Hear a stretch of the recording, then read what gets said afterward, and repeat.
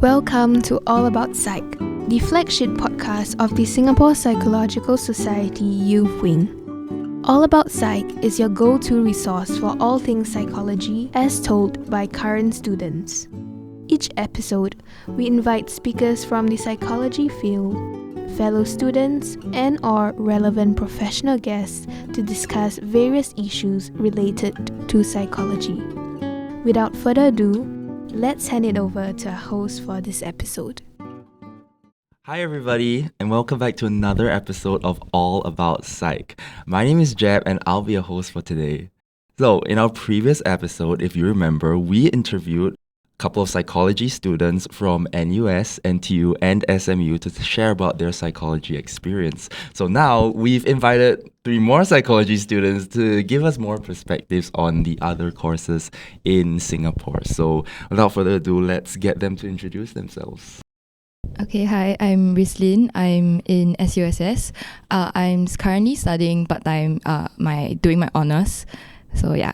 Hi, I'm Thulasi and I'm currently studying in SIM, University of Buffalo, and I'm doing a double major in econs and psychology. Hi, my name is Fizra. I am also studying in SIM, but University of Wollongong, UOW, and I'm just a year 2 student doing BSc Psychological Sciences. I see. Thank you so much for joining us, everybody. All right, so let's get started. Why don't you tell us, what about your university course appealed to you when you enrolled? I think I'll start first. For me, what appealed greatly was that because my course is part-time, so the classes are all night classes, and that gave me the flexibility to work full-time while studying part-time. So yeah, that was the main thing that appealed to me about my degree. Okay, I think I'll go next. I think for me, what appealed to me the most would be the assessment mode, because for each module in psychology, there's different. So there's an equal percentage for exams and group projects and reflections and discussions and activities. So it gave me an opportunity to understand the different fields of psychology through different means. And I think that was a beautiful way for me to navigate the different fields, if I may say. Well, for choosing UOW, mainly one of the highlights would be that it is a science BSc, still a science course. So it taps more heavily on research and the whole background, science and math background of it. So that kind of appealed to me because I'm more of a STEM person rather than the arts person. So that was one factor. Another factor was that UOW taps on the Australian curriculum, and I kind of wish to further studies overseas, so it was a good stepping stone to pick an Australian curriculum here. And I think also it is the more, in a sense, rigid curriculum, because we don't have a lot of flexibility where you can just pick and choose what we want. We get to explore everything because everything is to be explored here in this university. So I think it gives us a wide scope with discipline in itself. I see. That's very nice to hear. Thank you. I have a question for Fizra though. You mentioned that this psychology curriculum of yours is more science related. So what would you say appeals to you the most in that curriculum? All right. So in the science aspect, so like I had mentioned, a lot of the unis here, they provide psychology as an arts curriculum or a social science. So a lot of it is you are just observing people in sociology wise, and then you are building upon observations and doing the usual statistics and stuff like that. But here in a science curriculum, you have a lot more biology related or cognition related modules in a way. So it's you are not only tapping on psychology as what people think it is, which is just understanding people, reading people's spine, or doing statistics, but you're also tapping on the brain aspect, the neuroanatomy aspect, the what physically happens and what psychologically happens, like behavioral psych and things like that. So it's slightly different from certain other curriculums. And further in criminal psychology and things like that, where you pick up in that modules, you also kind of have a vast range of modules. I think it's a little bit different from the arts in terms of assessment as well. So you have heavier stats assessment where you learn SPSS. I'm not so sure how you say SPSS is one of the ways that you learn stats and then you apply it on in real life, because like psychology in general is very research heavy based. So I think like with the Bachelor of Science backup, and it can kind of like boost that research aspect rather than just like the typical business or clinical psychology aspect. Right. Thanks for sharing, by the way. But I guess more curious on the assessment structure, because coming from a background, right, like, remember the times when we were when we had to do like science curriculums and like probably some humanity stuff. Like this typical stereotype is that humanity subjects are more like essay based, while science subjects are like MCQs and like short answer questions. So how does the assessments in your course reflect that? So like you had mentioned, it is a stereotype that arts have a very essay heavy based examination. So to mix both, the UOW assessment has both MCQs and so-called essay and short answer question. So certain modules such as statistics is very most heavily MCQs, I guess, except I think in year 3 where we also have 1 or 2 open short answer questions, but mostly it's MCQ. But certain other modules like personality, which is a little bit more just understanding people, that is an essay. So they give you an essay topic, and then you talk about theories of different psychologists and the advantages, disadvantages, comparisons. And for example, biopsych, it's a mix, MCQ plus short answer. So because MCQ structures kind of go through our content, how much do you know the content, and then short answer structures go through how much you understand the content, how you are able to apply it in explaining and in reality to other people as well. I see. Thanks for sharing. Thank you. So my next question, it goes out to Fizra again and Thulasi. So just now Rslyne shared something pretty interesting about the SUSS curriculum is that it offers like more night courses. So you could do it as a part-time thing. You could do it using like a more free like nighttime time to like do your course. So I was wondering maybe for SIM, is there something similar like that? Okay, so I'll go first. I think for UB, we do not really have night courses. So we have like 8:30 to 11:30 class, 12 to 3, and 3:30 to 6:30. But however, I think we are pretty flexible in terms of our schedule, because the students are allowed to add or drop whatever classes they wish, as long as they do get the requirements, then they're allowed to add, and then they can choose the timings. So I guess if you are doing part-time, maybe as like a freelance tuition teacher or something, you still can work around your schedule. So I would say there is some rigidity, at the same time there is some flexibility. For UOW, it's a little different. It's a fixed timetable. We have 2 semesters in a year, lasting about 4 months, 3 months of studying, and then the last 1 month for the exams. We don't have night courses. Again, we don't really have a part-time degree.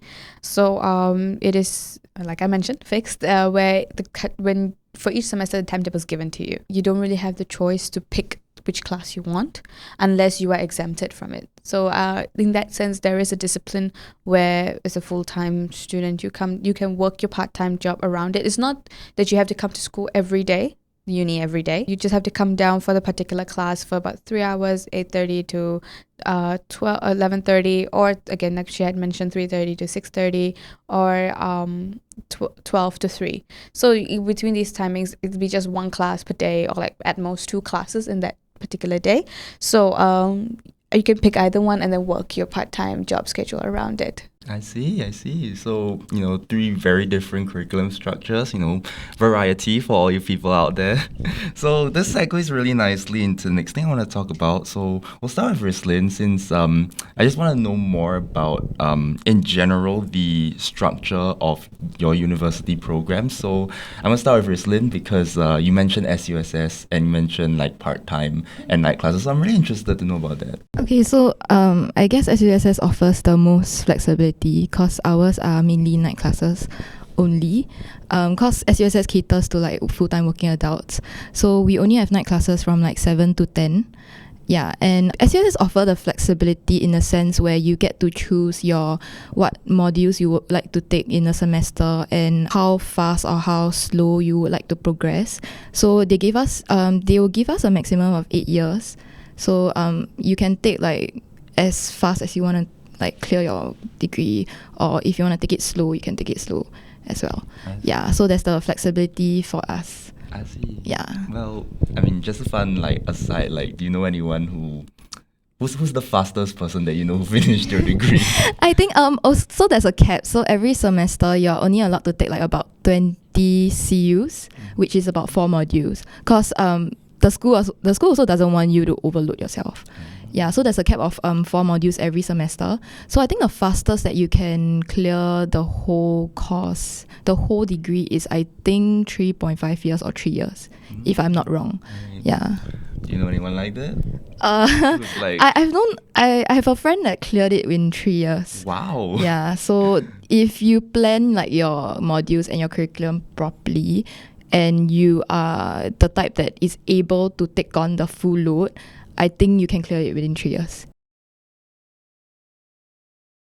Thanks for sharing. So next, for all of you guys, how are your lessons usually conducted? So are they like, I mean, the typical structures that we see in universities is either like a lecture tutorial style or like seminar styles. So I'm curious to know like how your lessons are conducted in your schools. Mine is usually it depends on the lecturer on how their teaching style is like. So some is more seminar based, so they'll just do a lecture and there's minimal to little group discussions. But there are some where it's very application heavy, so there's a lot of application, group work, group discussion during class. So one module there's like that I recently did is counselling in SG. So there's a lot of like counselling application in class where we have to actually practice being a therapist. Yeah, and like one of our classmates will practice being like our clients. Yeah. Okay, so I think for us, our classes are usually like on paper it's about 3 hours, but then like lecture is only about 1.5, then the other 1.5 hours is like consultation. But usually no one really stays for consultation unless it's like nearing the assignment deadlines. So I think for us mainly I would say is lecture based. However, since we are an American curriculum, we are pretty high on active participation. So therefore a lot of our classes do require us to participate. So I would not say like it's like lecture and then like tutorial, but it's more of like a together. So like as the professor is teaching, he does require us to participate a lot. And like similar to what Rslyne has shared, like one of I think a very famous module in UB psychology, PSY 424, abnormal child psychology. So like we also do get the chance to participate as a role play as like a therapist, and then like our professor usually acts as the client. So yeah, I think that is pretty interesting as well. Oh, active participation in lecture. So let me just clarify, like this is a lecture, right? So it's like a room with like 100 students sort of deals. I would not say 100 students. I would say like about 50 maximum, 50 to 60. Because I think we have like usually 2 timings for like the more popular mods. So it's like split, which I think is good because considering that we do have more chance to participate, because there are many students who are pretty shy, so it's much easier to speak up in a class that's slightly smaller. So like I think the biggest classes are like 50 to 60, but we can also go up to like 25 to 30. I see. Yeah. Something you said really interested me, like where you mentioned that a lot of your courses have 2 timings. Like I think that's something that's I've never seen in the university before, so I'm interested to know more about that. Okay, so it's like usually when the course list comes out, so it's like the same module, so it's like offered at like 8:30 to 11:30, and then maybe like 3:30 to 5:30 by the same professor. So I think it reiterates the point of flexibility. So as students, a lot of people try their best to avoid the 8:30 class. However, like sometimes I think if you are not like assigned the module and then you have to add the module and you can't get the 3:30 class, then you go for the 8:30 class. Or if you're like a part-time tuition teacher or part-time teacher, then you choose accordingly. So I think that is definitely very useful for us. However, there are some modules which is only like one class, one timing. I see. Yeah. So what would you say is more the norm, like classes with multiple timings or just one? I think that would depend on like the required modules. So like our core modules, because like those are modules that students have to take, so that would be 2 timing to accommodate more students. And for like those more unique free elective modules like animal behavior and like minds and machines, yeah, it's kind of like 1 timing, 1 slot. So you can take, if you don't get into the class, you can try like maybe 1 year later when it comes again. in that same semester. I see. Thank you for sharing. So move on to Fizra now. So for UOW lessons, like I mentioned earlier, it is fixed. The timetable is fixed. It's given to you per semester, and you work around it. Lecture, it is a lecture tutorial setting with every tutorial happening after 2 lectures. So with the same timing. So the tutorial does not have a different timing. So 2 lectures happen, and then the subsequent so-called third lecture timing is a tutorial. So but despite the fact that we do have a lecture and a tutorial, active participation is still happening during lecture time because we have different intakes. So depending on the intake, the class size also differ. So despite the class size, certain lecturers, they'll just pause and they'll ask you a question, cold call kind of thing during the lecture, and you will have to explain yourself in front of 50 students or 25 students depending on the class size. And during tutorial is mostly we go through assessments, future assessments. We have assessments throughout the throughout the semester, not just the final exam. So, and each assessment is weighted with different weightages. So during the tutorial is the best time where the teacher goes through the requirements for the assessment, and we go through the teacher the whole consultation. Lecture is content heavy, so we learn theories and whatever the curriculum requires, and tutorial is more practicals. So the same theory we learn, for example, in biopsychology, we learn how the brain responds to different emotions or different memory issues or psychological issues and things like that. And then during tutorial, we will learn how we can study the brain. So using EEG or fMRI and things like that. So it's a lecture tutorial, but still active participation in both lecture and tutorial. I see. Well, this sounds pretty interesting to me because, I'm from NUS, so my typical lecture tutorial thing is lecture is more content stuff, but tutorials are more group discussions and stuff like that. And in my experience, I don't learn things in tutorials, but we just do group stuff. What sounds like for you is that you actually learn another aspect. So that's an interesting way to think about tutorials. Yeah, so it's sometimes tutorials it's more than group discussion, it's one big class discussion. So it gives a chance for everybody to speak up, and then you learn practical skills as well, because psychology is very content heavy, as we all know. It's a high tendency to get lost in the content. So having the chance to really go in depth with the practical aspect of it and understand how it can be used in everyday lives and kind of an informal manner, you can converse with the teachers that you don't understand, things like that, gives a deeper insight in what you're actually studying, in my opinion. I see. Thanks for sharing. Now, I just want to touch on one more thing that you mentioned, because I know you mentioned this before, it's a fixed curriculum, and you also mentioned tutorials one fixed slot. So does that mean your course is more a batch by batch thing? So you see the exact same people and you go together as a course as you go on? Yeah. So yes, it's kind of like a batch who you enter with, are the people that follow through with you until you graduate. So it's in a way it's good, because a lot of times we build friendships and then we lose friendships because of the different modules that you're taking. So I couldn't get the same module as you, and things like that. Uni can get lonely because everybody's doing something different, and a lot of times the only time you meet up is during CCA or anything extra societies that you do. But I think in a way that having this batch that you're following through is good, because you struggle together. You build closer friendships, lasting friendships as well. And on that note, with the lecture part, there is a consultation time of at least half an hour.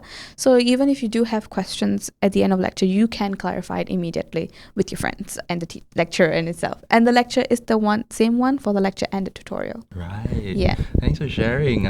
For all of you out there to take note, this may be something that you want to consider. Fizra made a very good point. It's very difficult to make friends in university, especially if you go in not knowing anyone, and then you're I see you for one semester and then I don't see you anymore. Yeah, I don't see you ever again. Right? So that's pretty cool. Growing up together with a batch. Next question for all of you. Are there any unique features or specializations that your particular program has?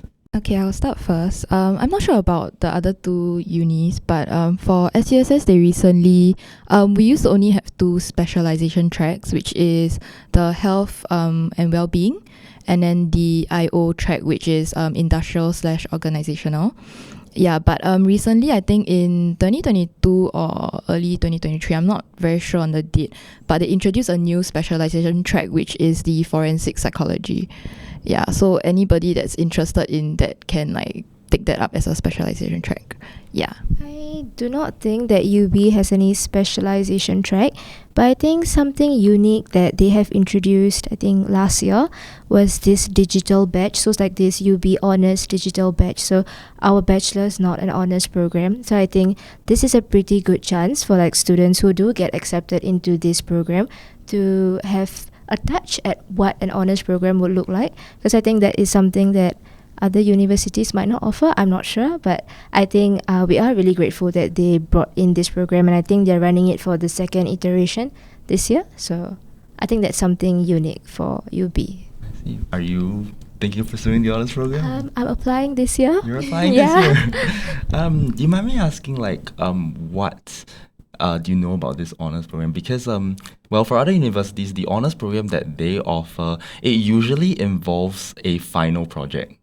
So that's the main difference that I understand between honors and no honors. It's the final project. So I'm not sure if that's similar to your case. Okay, so I think for ours, from what I have learned attending like those informational sessions, is definitely there is no final project. So it's like you have like about a few credits to clear for this honors digital batch that you sign up for, which you can clear either by doing internships. So once again, flexibility. UB is all about flexibility. You can decide how you want to go about clearing those credits. Another way, if you do not want to go with internships, is to approach the modules that you would want to do extra work on, approach that professor and then ask them like, I'm one of those students under this program, so like how can I use this for my honors digital batch program, and then they would give you extra work, maybe like something like an essay assignment. So that was one of the examples our resident director gave us during the session. So I think that would be that's how at least I envision the program to be.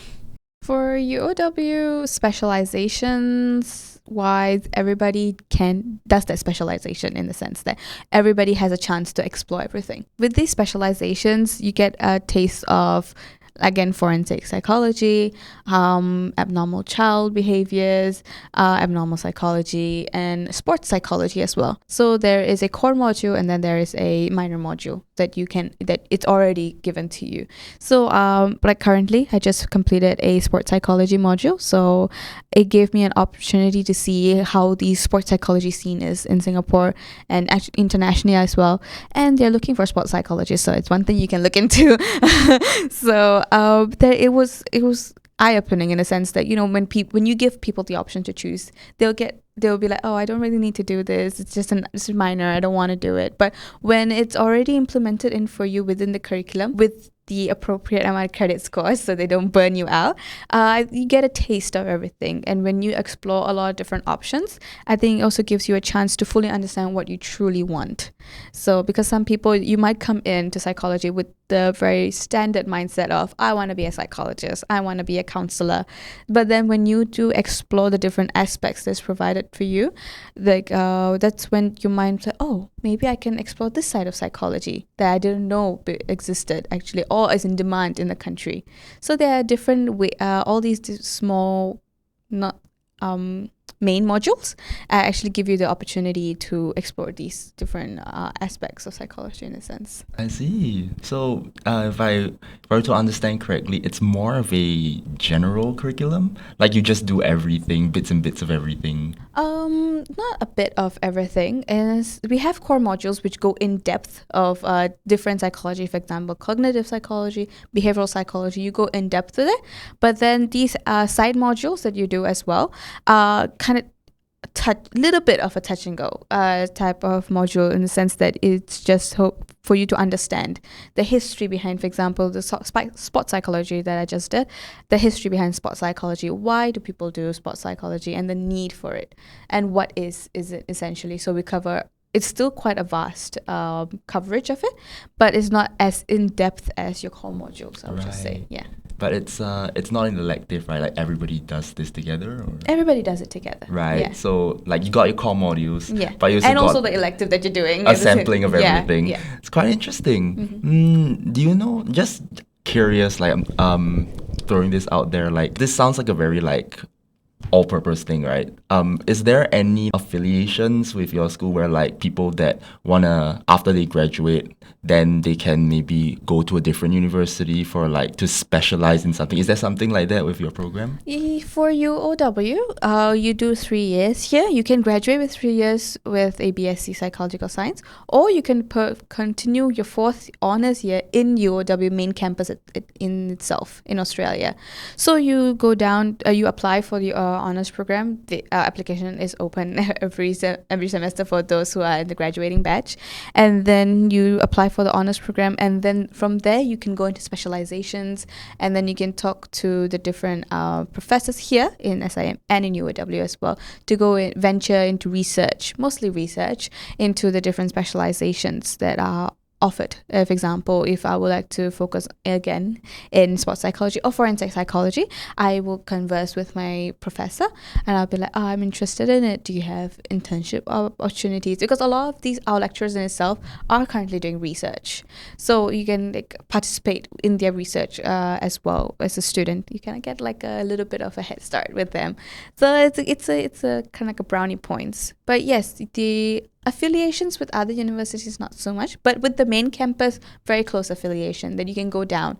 And they also have every semester they open up slots for people to experience exchange program in the actual campus in UOW as well. So you can do 1 semester here in SIM and 1 semester in Australia, and so on and so forth. I see. It's so interesting.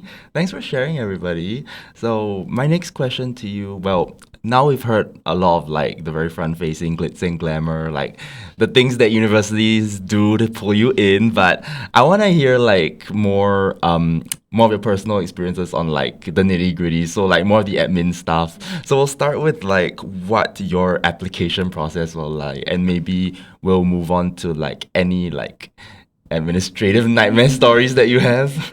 I'll start with mine. For mine, cause my degree is part-time, so I applied in 2019. So my application process was just to send in a form and my relevant documents. Yeah, it was quite easy. I'm not sure whether the current part-time students, they are still doing that now. But recently, SUSS, I think they introduced a full-time psychology program as well. I think early this year or last year. So for that, I heard that they are required to go through like an interview. So there's like a group interview and an individual interview. Yeah. Then that's all that I've heard so far. I see. Yeah. Do you mind if I like ask like for this interview thing, like so there's no like direct like, oh, I did well for like my tertiary education, then I go in, everybody has to do an interview? Yeah, if I'm not wrong, everybody has to do an interview regardless of their GPA or their grades. Right. Yeah. So for those of you who are applying for the full-time program, like your grades don't play such a big role. It's how you sell yourself. So that's something you can take note of. Yeah, and I would say it doesn't matter whether your grades are bad, like regardless of like whether you're from poly or JC. If your GPA is not very good, I would just say just try. Cause personally for mine, my GPA wasn't good, but I tried and I managed to get in. So just try. Yeah. Cool. And welcome to SUSS. Yes, and I'm doing my honors now. So that's good. Yeah. All right, Thulasi? Okay, so I think for us, honestly, I don't think administration is a nightmare, because I think for us, when I had applied a few years back, you just submit like your relevant documents, like what Rslyne shared, and even like because I didn't add my second major when I started, so it was like towards the last phase of my university journey, and even then, so it's considered as a change of major. It was just like send in a letter as to why you would want this change, and if it's approved, you get it. And then even for UB digital honors, it's just essay questions. There's nothing of an interview, so we are very grateful for that. UOW's administrative process is also pretty easy. everything that you need to know is already on the site. Like the assignment site for application, it was already on there, what needs to be submitted and what timeline and everything was on there. So I didn't really have much of an issue with the application. Again, you just had to submit any relevant documents, your grades. If you have any CV or any testimonials, submit that, whatever you have. And then they ask you a couple of questions like interest in psychology, those short answer questions that universities generally ask when you apply for their course, and then your personal details, like your passport details and everything. And then after that, after a long period of time, like every other university, they let you know if you are accepted or rejected of some sort. Then after that, they do have different emails coming in asking for various different documents, and things are quite timely, replies are timely, staff are very friendly, so I'm quite grateful for that. And when you enter as well, they do have an orientation program that gives you an overview of everything that you need to know, not just like the fun stuff but also the admin stuff. What is assessment weightage, how does the curriculum flow, how is each semester going to look like, so the important stuff as well, so then you're not really lost when you start the year. I see. I'm sorry, then to add on for the SUSS application process, right? Because our degree is part-time, one of the requirements is that you need to be 21 years old, and you need to at least have 2 years of relevant experience or of working experience. So if you don't have 2 years of working experience, and that is counted, you have to be currently working in a full-time job. Yeah, so when I applied, I didn't have 2 years of working experience, but because I was currently employed in a full-time position, I could apply. Yeah, so that's the two very specific requirements for SUSS part-time degree.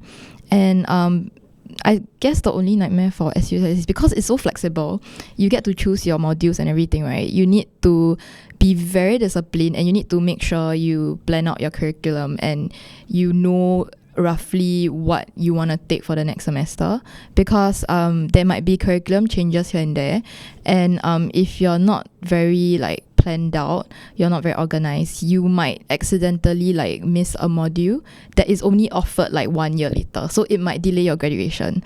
Yeah, so you just gotta be very disciplined. I see. I'll just follow up on that. So maybe this is a question for you and Thulasi, because this is something that I really, really feel a lot for my curriculum. Courses are fixed, but the timings keep changing, and so you can plan your timetable well for everything, and then things will clash the very next year and stuff like that. So I don't know if that's something that you two face, and how do you navigate through that? Personally, for me, I don't face that issue because our classes are quite fixed, on a specific day of the week, and it's only 7 to 10. So it's quite easy for me to work my schedule around it.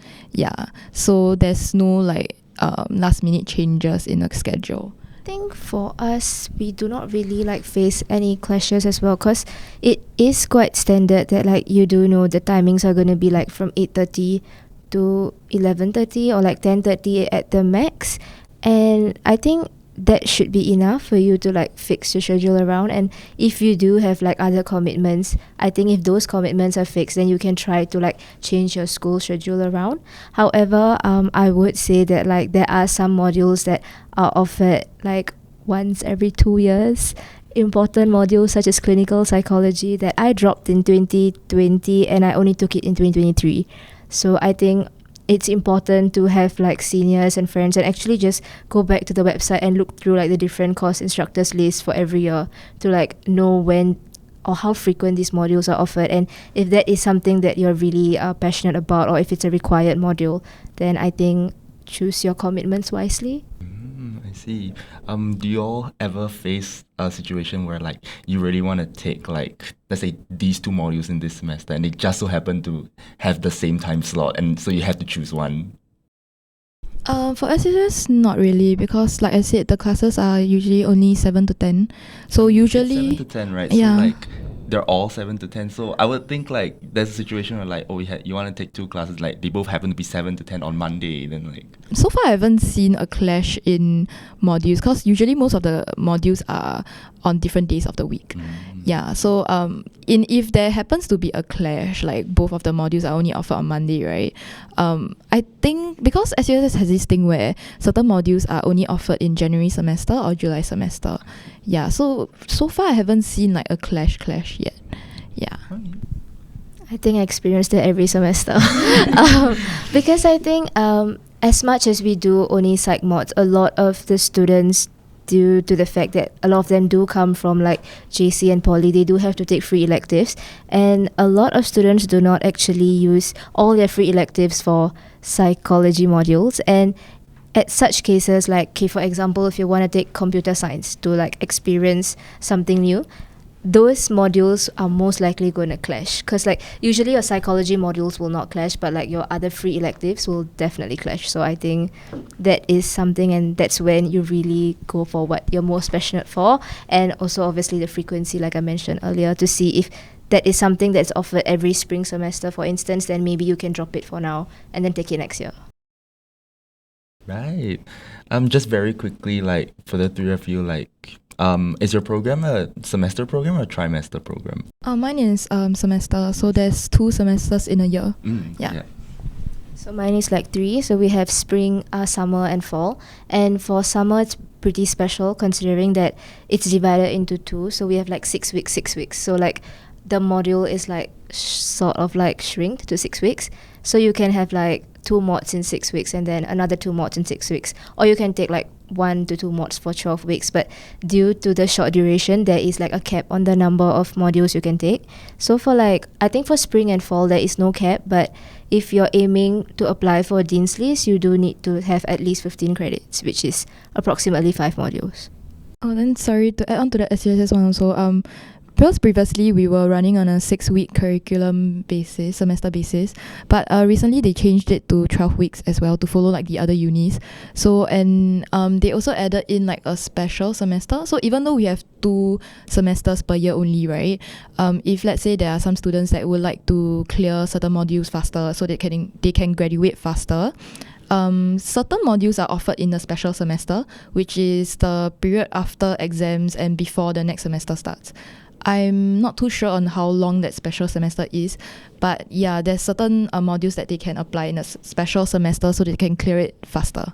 Yeah. So for the UOW's curriculum, it is semester based. So you have 2 semesters in 1 year, and you have 3 years, so it's 6 semesters, and they come up to about 12 weeks, 10 lessons with tutorials, and 1 week study break. And the final is 12th week is your exams. So like I mentioned before, you have quite a heavy curriculum going on, 4 modules, 24 credits, I presume. Yeah, 24 credits. And so if you are unable to pass a particular module for that particular semester, you can't really take it during the holidays. You take it in the next semester with the other modules, which can be quite taxing. 5 modules, too many credits to be done. So what the school advises you to do is to just take that particular module that you couldn't pass with 1 or 2 modules that you have in the next semester to kind of speed up the process. It does delay graduation, so you have to speed up the but try to pass overall. Yeah. Thank you for sharing. So my next question to you guys is a bit more of a personal question. What field of psychology do you guys want to pursue, and how does your course currently help in that? Okay, for mine, I'm more interested in clinical / the counseling side of things. So I ideally would like to pursue clinical side. Yeah, and my course helps a lot because there's a lot of modules that focuses on clinical side. Yeah, so that's about it. Cool. I think for me, I started my UB journey with the thought of doing clinical psychology. So I think for UB, we do have to take at least 1 clinical mod. So they do offer like I think about 4. So we have like, from what I remember, we have like personality psychology, health psychology, clinical psychology, I think abnormal psychology as well. So like these are like the 4 clinical modules that are usually offered.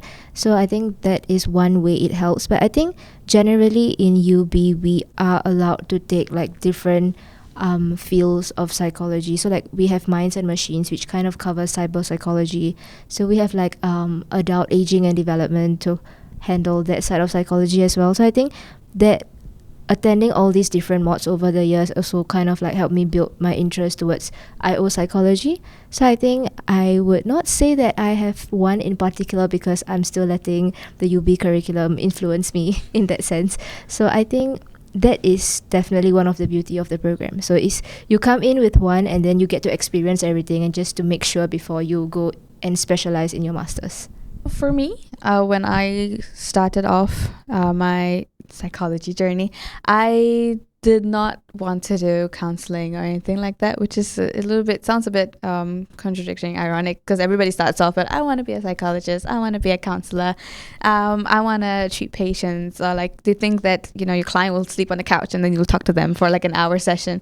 But I came in with the mindset of I want to understand people. So I would like to venture into the academia research side of psychology. The main question a lot of times I have for myself when I see a way someone acts, or when I see worldly issues happening, like current political issues and all that is happening, the first question that comes to mind is, why are they doing this? Why is this happening?